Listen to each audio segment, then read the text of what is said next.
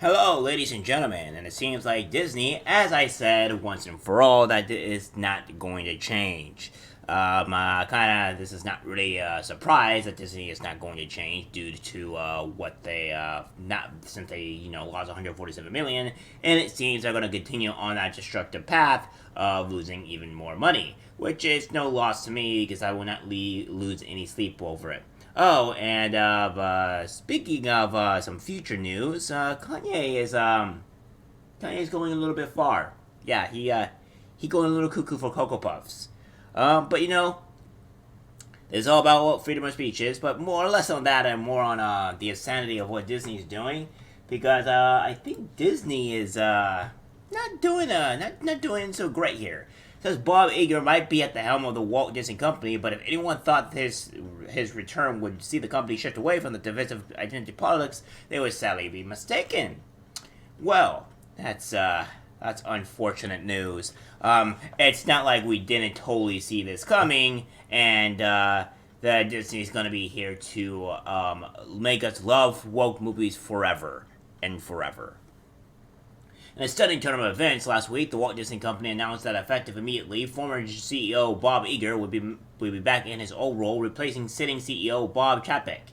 The board has concluded that as Disney embarks on an increasingly complex period of industrial transformation, Bob Iger is uniquely situated to lead the company through this pivotal period, announced the Disney Board's current chairman, Susan Arnold, in a statement provided to the media on November 20th. We thank Bob Iger for his service to Disney over his long career, including navigating the company through unprecedented challenges of the pandemic.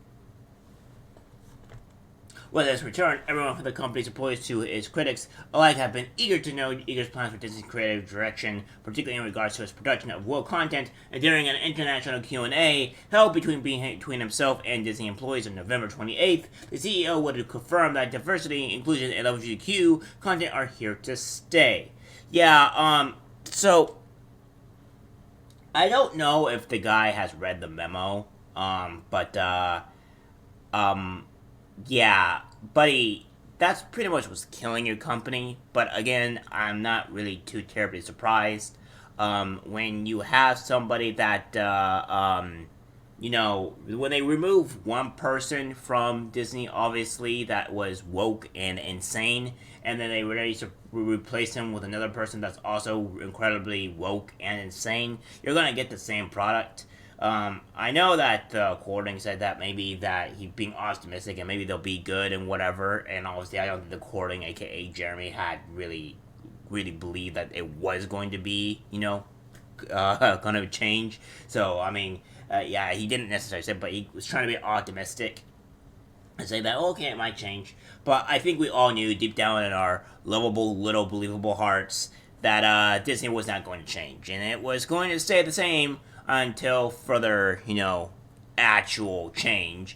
And it seems that's going to continue to fail and fall into the dark deeps of abyss of no money, which, as I said before, I will lose no sleep over. Unfortunately for us, is that we still have to be dealing with the insanity that Disney will keep on producing and keep on hemorrhaging money, and we get to sit back with our popcorn, laugh, and enjoy ourselves with the collapse of Disney. Yeah. Eager would address the topic in a reply to a number of questions submitted to him by his employees. As seen in video obtained by independent journalist Christopher F. Rufo, the CEO would offer his thoughts on the subject after being asked whether or not Disney will stay out of making political statements under his tenure. And it seems that he has some words to say, so let's see what he has to say about it.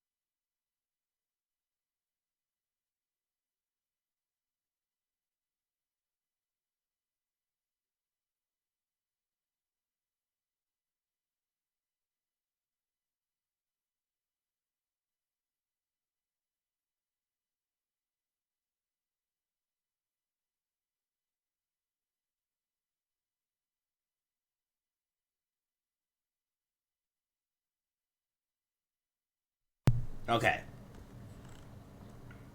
I can see where he's going with this, but again, here's the thing: is that everything you guys are doing is making it political. You have gone out to say with the no gay bill situation and all that stuff, which obviously this is what the people are saying. Whereas they're going to continue with this, they're not agreeing with Ron DeSantis, and that just happens to be the truth. You actively put gay stuff, or I would say, let me put this into perspective that it doesn't sound like I am a fucking person that hates people that are gay, but in terms of you're forcing gay characters into a series that obviously feels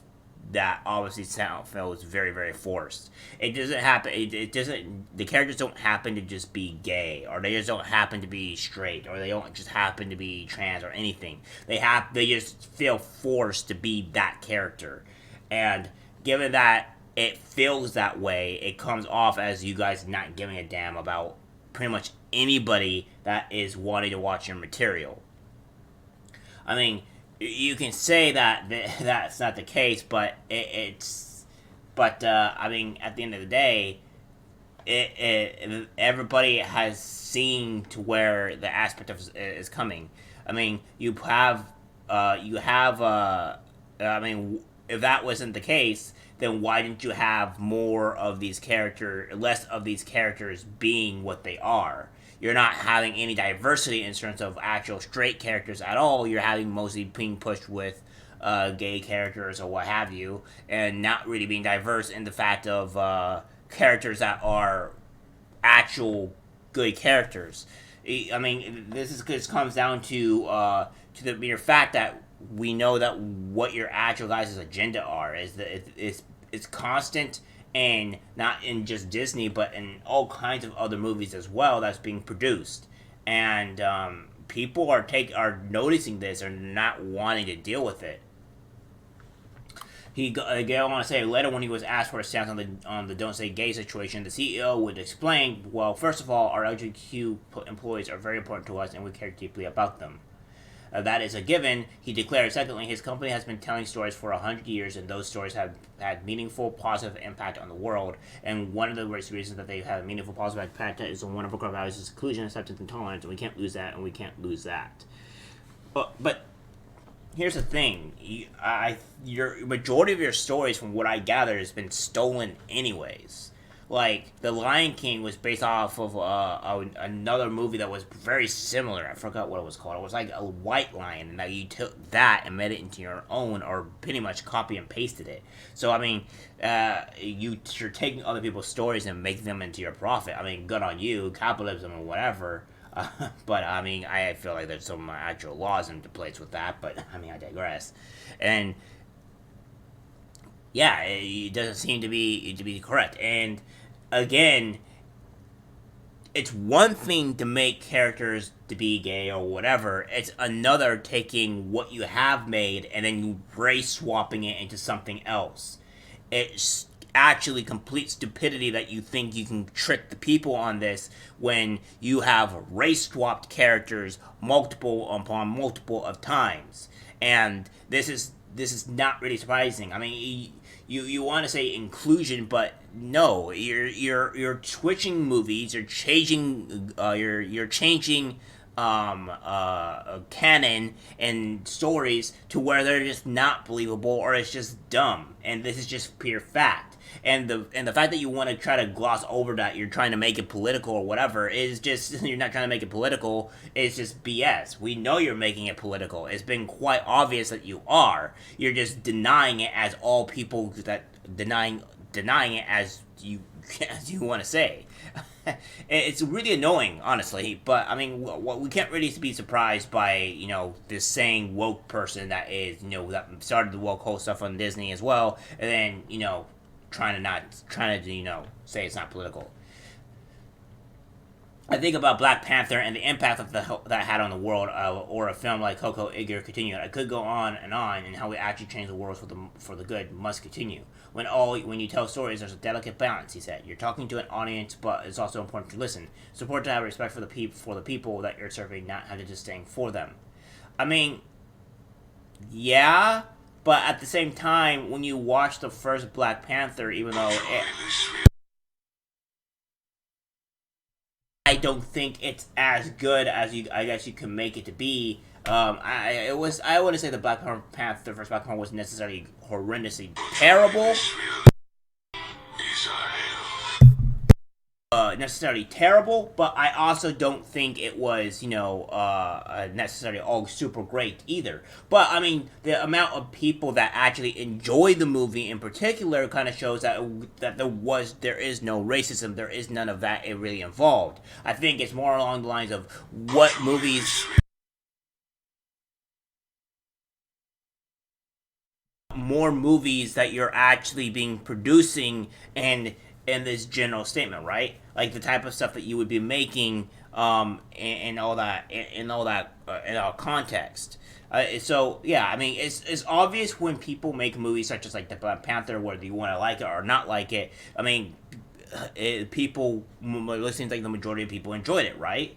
Whereas you make the secondary Black Panther, and it seems some people are even calling it somewhat racist. Some people are not really getting the vibe of the story and stuff like that. So like, you come down to this reality to where like, okay, maybe your stuff is not doing good. And I think though the Wakanda Forever Black Panther may actually do decent, because I mean, you're gonna have sheep to flock to everything. But I digress. To this end, he admitted that he said, "We're not going to make everyone happy all the time. We're not going to try to." And I would also agree that as well, is that you shouldn't be trying to make everybody happy. But at the same time, if you're seeing majority of your movies crashing and falling into the dark abyss that is no money, then yeah, you should probably change your product. Because obviously it seems that your movies are not doing well. They're hemorrhaging money massively, and your Strange World or whatever has really showed that it's cratered. And I think all of your other movies that are going to currently be coming out is not going to do well as well. I think they're all going to do really bad, and what else? What are you going to do when your movies start floundering and failing at that point? We're certainly not going to lessen our core values in order to make everyone happy all the time. He then assures employees so it's competent and there's a balance. At one point, the CEO recalled, I said, we don't want to believe what is right, and then someone criticized me who already say what's right. When you're in a job like mine or you're responsible for storytelling, you get paid to have a sense for what is right. Concluded Chapek, not everybody will agree with you. That's just not the way the world is these days. But that doesn't mean you should stop trying to do the right thing. Though Iger seems confident in betting Disney's future on the woke content, the company's recent box office returns should give him an ample reason to pause. Earlier this year, after heavily marketing the film based on its inclusion of a lesbian relationship, Lightyear bombed at the box office, only drawing $226 million on a production budget of $200 million. That's a loss of over $100 million for The House of Mouse. The company's latest animated film, Strange World, released ahead of Thanksgiving, only to bomb at the box office with a domestic take of only $18.6 million at the domestic box office, with a reported production budget of between $135 million and $180 million, meaning the film has to make $335 million and $450 million to break even. Despite a string of poorly performing woke projects from Disney brand, Iger's statement make it very clear that they won't stop pushing diversity and inclusion anytime soon, even if it costs them over 9 figures each time they try. And I think they'll eventually would have to stop making woke movies until things start going well. I mean, a majority of the movies have done really, really badly as of the last few years. I would say that maybe there's only been a handful of movies I think that have done well, which I may believe would be the Doctor Strange one, Multi-Universe. And I think that's the only one that's really done well. And even when me and my friend watched this, we criticized the crap out of that movie as well, because it didn't make sense to our eyes. And we try to shut our brains off. And when you can't shut your brain off to the actual stupidity of the movie, then, well, it makes a lot of sense why nobody likes it. And, yeah. Alright, guys, that's the end of the video. Like, subscribe, share, and as always, take care.